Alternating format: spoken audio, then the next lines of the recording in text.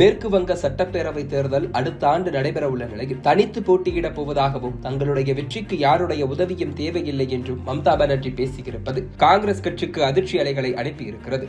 ஹரியானா, மகாராஷ்டிராவை தொடர்ந்து டெல்லியிலும் சட்டப்பேரவை தேர்தலில் காங்கிரஸ் கட்சி பலத்த அடி வாங்கியிருப்பது இந்தியா கூட்டணியில் அந்த கட்சி மீதான விமர்சனத்தை அதிகப்படுத்தி இருக்கிறது. இந்த நிலையில்தான் மேற்கு வங்க மாநில பட்ஜெட் கூட்டத்தொடரை முன்னிட்டு திரிணாமுல் எம்எல்ஏக்களுடன் மம்தா பானர்ஜி நடத்திய பேச்சுவார்த்தையின் ஒரு பகுதி அந்த கட்சியின் அதிகாரப்பூர்வ ஜாகோ பங்களா பத்திரிகையில் வெளியாகி இருக்கிறது. 2026 ஆண்டு தேர்தலுக்கு தயாராகுமாறு கட்சியினருக்கு அதிகாரப்பூர்வ உத்தரவை வெளியிட்டிருக்கும் மம்தா 4வது முறையாக தொடர்ந்து ஆட்சியை பிடிப்போம் என்றும் அதற்காக யாருடைய உதவியும் தேவையில்லை என்றும் பேசியிருக்கிறார். மேற்கு வங்கத்தில் காங்கிரஸ் கட்சியே இல்லை, அதனால் அவர்களுடைய உதவியும் நமக்கு தேவையில்லை என்றும் காங்கிரஸை பலமாக தாக்கியிருக்கிறார்.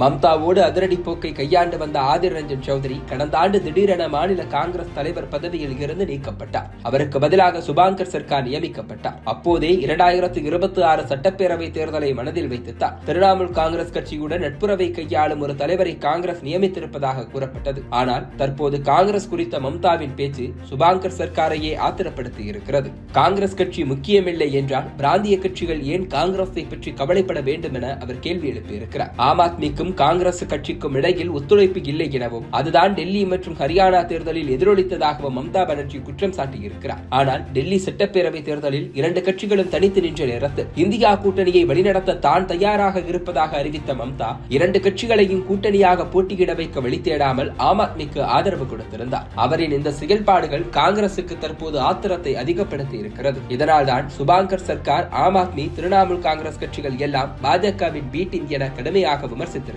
2011 காங்கிரஸ் கட்சியுடன் வைத்த கூட்டணிதான் மம்தாவை முதலாக முதலமைச்சராக்கியது என்பதை மறந்துவிட வேண்டாம் என்றும் அவர் நினைவூட்டியிருக்கிறார். ஆனால் 2024 மக்களவை தேர்தல் நேரத்திலேயே மேற்கு வங்கத்தில் இந்தியா கூட்டணியை கலட்டிவிட்ட மம்தா சட்டப்பேரவை தேர்தலில் மனம் மாறி காங்கிரசுடன் கூட்டணி வைப்பாரா என்பது சந்தேகம்தான். இந்தியா கூட்டணிக்குள் எழுந்திருக்கும் இந்த குளறுபடியை பயன்படுத்தி ஸ்கோர் செய்யும் முயற்சியில் பாஜகவும் இறங்கியிருக்கிறது. மத்திய அமைச்சர் தர்மேந்திர பிரதான் தனது தொலைக்காட்சி பேட்டி ஒன்றின் போது பாஜக அறுதி பெரும்பான்மையுடன் அடுத்து ஆட்சி அமைக்க போகும் இடம் மேற்கு வங்கம் தான் என சூளுரைத்திருக்கிறார். 2021 ஆண்டு முதலே மேற்கு வங்கத்தின் மீது கண் வைத்திருப்பதாகவும் அவர் பேசியிருக்கிறார். எதிர்க்கட்சி தலைவர் சுவேந்த அதிகாரி, மாநில பாஜக தலைவர் சுகந்தா மஜும்தார் இருவரும் சேர்ந்து டெல்லியில் இலவசங்களை வாரி வழங்கிய அரசை மக்கள் தூக்கி எறிந்துள்ளனர். எங்கும் அதை வைத்தே ஆட்சியை பிடித்து விடலாம் என மம்தா நினைத்தால் அவரையும் மக்கள் தூக்கி எறிவார்கள் என பேசியிருக்கின்றனர். திரிணாமுல் காங்கிரஸ் தனித்து நின்றாலும் சரி, கூட்டணியாக நின்றாலும் சரி, முடிவு ஒன்றுதான். திரிணாமுல் காங்கிரஸ் கட்சி பாஜகவால் வீழ்த்தப்படும். இந்த மாநில மக்கள் ஊழல், வாரிசு அரசியலில் இருந்து விலக விரும்புகின்றனர். அது நடக்கும் என்று உறுதியாக கூறியிருக்கிறது மேற்கு வங்க மாநில பாஜக.